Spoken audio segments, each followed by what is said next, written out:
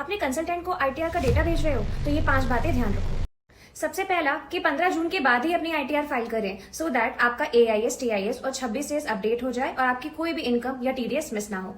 Secondly, अगर आप एक सैलरीड पर्सन हो तो बस फॉर्म 16 मत भेजिए, उसके साथ अपना बैंक स्टेटमेंट जरूर शेयर करिए। बिकॉज कुछ ऐसी इनकम होती है जो आपको लगता है कि टैक्सेबल नहीं है या एग्जेम्प्ट है, बट उन्हें आईटीआर में शो करना मैंडेटरी होता है या it can help you proving your source of investment. For example, जैसे आपने कोई एग्रीकल्चरल इनकम है या आपकी कोई एलआईसी मैच्योर हुई है या आपने अपने किसी रिलेटिव से कोई गिफ्ट लिया है, तो ये सारी इनकम भी आपकी आईटीआर में डिस्क्लोजर होना मैंडेटरी है। अदरवाइज अगर आपने इन्हीं इनकम से कोई फ्यूचर में प्रॉपर्टी परचेज करी है तो उसका सोर्स क्वेश्चनेबल हो सकता है।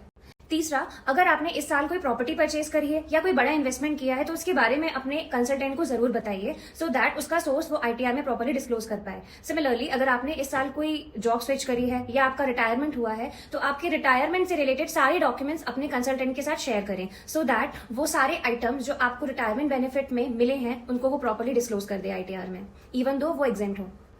चौथा, अगर आप एचआरए के लिए रेंट अपने रिलेटिव को ही पे कर रहे हो तो ये भी आपको प्रूफ करना पड़ेगा, जिसके लिए आपके पास एक रेंट एग्रीमेंट होना चाहिए duly notarised and seal and signed, plus आपने जो भी रेंट पे किया है वो डॉक्यूमेंटेड होना चाहिए so as to prove the genuineness of the rent pay to your relative.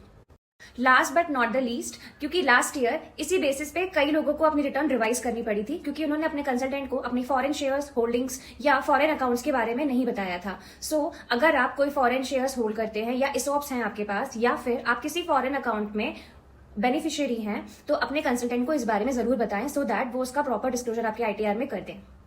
So till then, bye bye, take care, happy filing.